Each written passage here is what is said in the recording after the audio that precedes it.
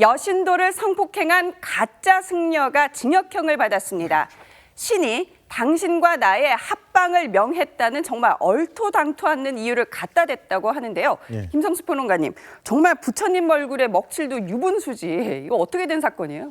예, 사실 이 승려라고 하는 사람은 정말 승려인지 아닌지 모르는, 그리고 네. 지금 현재 밝혀진 바에 의하면 승적이나 이런 것도 없는 가짜 승려인 걸로 네, 머리만 확인되고 있는데요. 깎았군요. 그렇습니다. 인천 계양구의 한 빌라에서 사찰을 차려놓고 예. 가짜 스님 행사를 했는데 지금 현재 피해자가 2013년 8월에 돌아가신 아버지 명복을 빌어준다면서 지방을 다녀오고 예. 그 가운데서 술과 고기를 먹이고 또 술을 먹이면서 돌아가신 너희 아버지가 많은 이야기를 나한테 해줬다. 그리고 예. 선녀님이 예. 조용하게 얘기를 하라고 하니까 일단 호텔로 가자. 그래서 호텔로 데려가서 아니, 조용한 장소 참 많은데요. 예, 그렇습니다. 그리고 나서 예. 신명이 합궁을 하라고 권한다. 그래야 네가 자살을 하지 않는다고 한다라고 하면서 예. 강제로 여신도가 저항을 했음에도 예. 불구하고 성폭행을 했다는 것인데요. 예. 사실 이런 상황들을 보면 여신도가 어떻게 이렇게 쫓아갈 수밖에 가는가 이렇게 생각을 하겠지만 실제로 지금 여러 가지 사안이 겹쳐 있잖아요. 아버님 돌아가시고 또 그 명복을 빌어준다고 하고 거기다가 그 신통력을 갖고 있다고 하면서 예. 그 신의 비밀을 들려준다고 하면서 갔기 때문에 이런 부분에서는 상대적으로 을관계에 있는 그런 신도의 입장에서는 예. 어느 정도 수동적이 될 수밖에 없는 그런 상황입니다. 갑을 관계로도 이 사건을 설명을 할 수 있을 것 같은데, 배태호 차장, 말씀 들었지만요, 스님이 술 먹고 고기 먹고 호텔 가자고 하면 그때 좀 알아봤어야 되는 것 같은데 참 이 여성과 이 가짜 스님, 그냥 남성이라고 해야 되겠죠? 어떻게 알게 된 사이예요? 예, 이상하죠. 고기 먹고 술 먹고 스님이 이렇게 같이 하자는데 그런데 이제 굉장히 신뢰가 두터웠던 것 같아요. 2013년에 알게 됐는데 당시에 이 여성이 그 집안에 좋지 않은 일이 굉장히 많았어요. 그러면서 뭐 자기 스스로도 별자리나 점성술이나 이런 것들을 공부하고 뭐 예. 약간 뭐 초자연적인 현상, 과학적으로 설명할 수 없는 현상 이런 것들에 좀 심취해 있었거든요. 예. 이런 상황에서 이 가짜 승려를 만나서 예. 이 여성한테 옥황선녀가 내려와 있다. 나를 만나지 않으면 분명히 자살했을 것이다. 네. 이렇게 속이고 뭐 제사를 지내야 된다. 옥황선녀가 시키는 대로 하지 않으면 어머니도 돌아가실 수 있다. 이렇게 하면서 점점점 이 신도를 조종한 것이죠. 예. 그래서 뭐 심지어는 자기가 찍은 것이라고 하면서 뭐 초자연적인 현상을 찍은 사진을 보여주기도 하면서 이렇게 여신도에게 자기를 믿게 했고 이 여신도는 자신의 상황이 좀 안 좋으니까 예. 그런 약한 마음이 예. 드니까 이 사람을 점점 더 믿게 된 겁니다. 네. 김 변호사님, 이 판사 시절에 이러한 사건들 많이 접하셨을 것 같은데 네. 저희들이 그냥 상식적으로 들어보면요, 정말 이해가 안 돼요. 이해가 되지 않을 딱 수 들어봐도 있습니다. 사기꾼이잖아요. 예. 그런데 결과를 보면 참 이해 안 된다. 또 네. 심지어는 그 사람 좀 멍청한 거 아니야? 라고 생각할 수도 솔직히 있습니다. 말하면 그래요. 그렇지만 그 과정을 보면 뭔가 이러한 경우에 거의 대부분은 그 피해자로 하여금 어떠한 계기로 인해서 믿게 할 수밖에 없는 그런 사정이 있습니다. 예. 믿게 하거나 또는 또 다른 몇 가지 일을 해결해 주거나 그래서 그러한 계기로 인해서 예. 상대방을 전폭적으로 신뢰한 겁니다. 그런 그 전폭적으로 패턴들이 있군요. 예, 전폭적으로 신뢰한 이후에는 예. 뭐 콩으로 매주를 쓰고 팥으로 매주를 쓰고 뭘로 써도 다 믿을 수밖에 없기 때문에 예. 그러한 과정에 빠진 사람, 더군다나 거기에다가 심리적으로 약해진 이 두 가지 상태가 같이 작용하면 나중에 생각해 보면 왜 그걸 당했나 하고 스스로도 한탄스럽지만 본인도. 그렇습니다. 그 과정에서는 그때 헤어나오지 못하고 그걸 깨우치기는 참으로 어려운 경우가 정말로 이렇게 많습니다. 뭐랄까요? 눈에 이렇게 뭐가 씌우는 우리가 거군요. 그렇게들 많이 얘기하죠. 근데 이게 이제 일종의 말하면은 보상 심리예요. 더 나빠지기 싫다라고 하는 그런 심리를 악용하는 거거든요.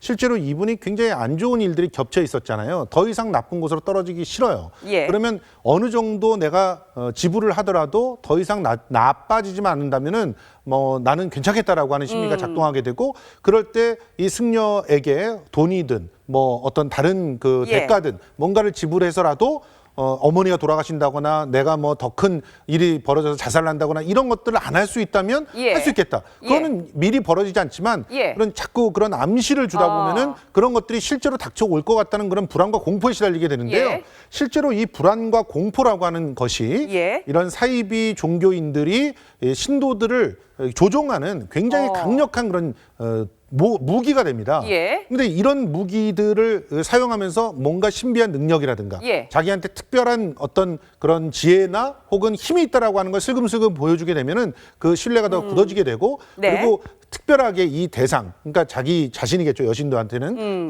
그 대상이 나한테는 굉장히 특별한 존재다라고 하는 걸 또 인식시키게 되면은 또 그런 부분들을 또 남들과 다른 존재라는 그런 생각을 믿게 되면서 예. 안위를 하게 되고 그러면서 이제 더 이 중독이 되게 되는 것이죠. 예.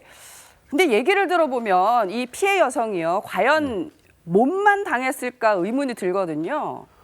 물론 이 사건을 보면 이 가짜 승려가 돈도 금품도 뺏어갔습니다. 몸도 돈도. 예, 뭐 절을 지으려고 한다. 그리고 뭐 옥황 선녀님에게 너한테 이 돈을 내면 복도 주고 그만큼 돈도 줄 거다. 이렇게 막 이게 속여서 9차례에 걸쳐서 약 1억 3천만 원, 4천만 원 가까이 뜯어간 것으로 이제 밝혀졌습니다. 예. 뭐 돈도 뺐고 뭐 몸도 뺐고, 몸도 그러니까 뺐고. 이 여성의 모든 것을 다 그냥 가져갔다고 그렇군요. 보면 됩니다. 예. 근데 그렇게 믿고 따랐는데 이 가짜 스님이 자꾸 연락이 끊어졌다고 합니다. 그래서 좀 이상하다 싶어서 그때서야 이 여성이 정신을 차리고 이 남자의 가짜 스님의 뒤를 파봤더니 이 어마어마한 사기꾼으로 이제 들통이 났고 결국에는 이렇게 징역형까지 살게 됐는데 김 변호사님, 이러한 사람이면 정말 이 말기술이라고 해야 되나요? 정말 네. 현란하잖아요. 경찰 조사를 받으면서도 한숨씩 뽐냈을 것 같은데요. 그럴 것 배변을 같습니다. 드러났을 것 같은데요. 예, 특히 이제 이러한 상황에 빠진 사람들의 이야기를 공통적으로 들어보면 상대방의 말을 도저히 그 상황에서는 의심할 수 없을 정도로 예. 말뿐만 아니라 행동 혹은 또는 지식까지. 예. 그래서 이러한 사람이 과연 나같이 약한 사람 또 나같이 별 볼 일 없는 사람한테 과연 나같이 돈도 그다지 많지 않은 사람한테 뭘 뺏어가려고 할까라고 생각하기 때문에 이러한 일들이 종종 벌어집니다. 특히나 이제 이런 종교를 빙자하거나 무속으로 인해서 어떠한 너에게 특별한 뭐 예컨대 아들을 낳아주겠다 뭐 어떤 예. 이런 식의 행동을 하는 사람들일수록 더 뭔가 특별한 힘을 가지고 있고 나를 도와주는 사람이라고 생각하지 이 사람이 나를 뭘 뺏어가려고 하거나 날 속이려고 하는 생각을 하지 않게 되거든요. 예. 그게 바로 이러한 사건들의 원인인 것 같습니다. 예, 그렇군요. 이 성스러운 종교인을 사칭한 사기 사건들이 심심치 않게 벌어지고 있습니다. 고 김수환 추기경의 양아들이라고 행세를 하면서 천주교 신자에게 사기를 친 사건, 또 가짜 목사가 하나님 음성을 들려주겠다며 교인 돈 1억 원을 뜯어낸 사건도 있었습니다. 그리고 앞서 소개해드렸듯이 스님, 참 이 사기꾼들의 단골 사칭 대상입니다. 김성수 평론가님, 예.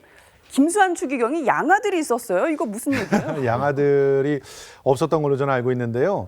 50대 남성인 이모 씨가 김수환 추기경의 양아들을 사칭해서 지인을 통해서 정모 씨라고 하는 사람을 소개를 받습니다. 그래서 이 정모 씨라고 하는 사람이 젊은 시절에 그 명동 성당에서 청년회 활동을 할 정도로 독실한 천주교 신자라는 사실을 알게 된 이후에 예. 이 이모 씨가 나는 김수환 추기경의 양아들이다. 오. 그리고 내가 가톨릭대를 다 졸업을 했고 실제로 서품만 받으면 언제든 신부가 될 수 있는 사람이다. 네. 이렇게 접근을 하는 거예요. 예. 그러면서 특히 또 뭐 추기경의 생전 유품인 요한 바오로 2세의 금장 뭐 만년필 또 생전의 일기도 갖고 있다. 오. 이렇게 얘기를 하니까 예. 뭐 이런 것들을 뭐 직접 보지 않더라도 예. 이건 믿으면 예. 결과적으로 이 사람을 신뢰할 수밖에 없는 그런 상황들이 되죠. 그리고 나서 뭐 이런 유품들을 토대로 추모관을 짓겠다고 하는 겁니다.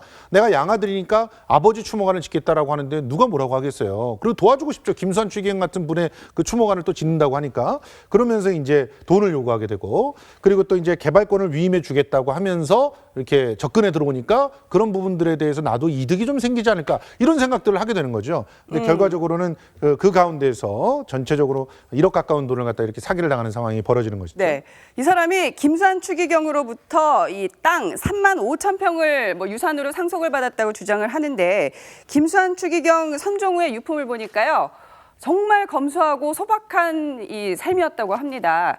사제복은 무려 40년이나 돼서 빛이 바래져 있었고요. 또 이웃들을 돌보느라고 돈을 다 써서 이 통장은 심지어 마이너스 통장이었다고 합니다. 그런데 무슨 땅 문서 같은 얘기를 하는지 참 피해자 얘기 한번 들어볼까요? 이 아는 이제 생기는 또 안전하고 착하게 생겼어요. 누구도 그게 말이라 하면 순진하게 생겼고 얌전하게 때문에 말 늦게 돼 있고 시즌 양아주라 그러니까 나는 그냥 간 거예요. 너무 그때 돌아가시면서 그 스님 어제 2년 뒤에 그리워했잖아요. 추모하고. 자, 얘기를 들어보면 사기꾼의 첫 번째 조건이 순진하고 착하게 생긴 외모인가 봅니다. 김 변호사님. 네. 근데 종교인을 사칭한 사기 사건이 이렇게 잘 통하는 이유가 있을까요?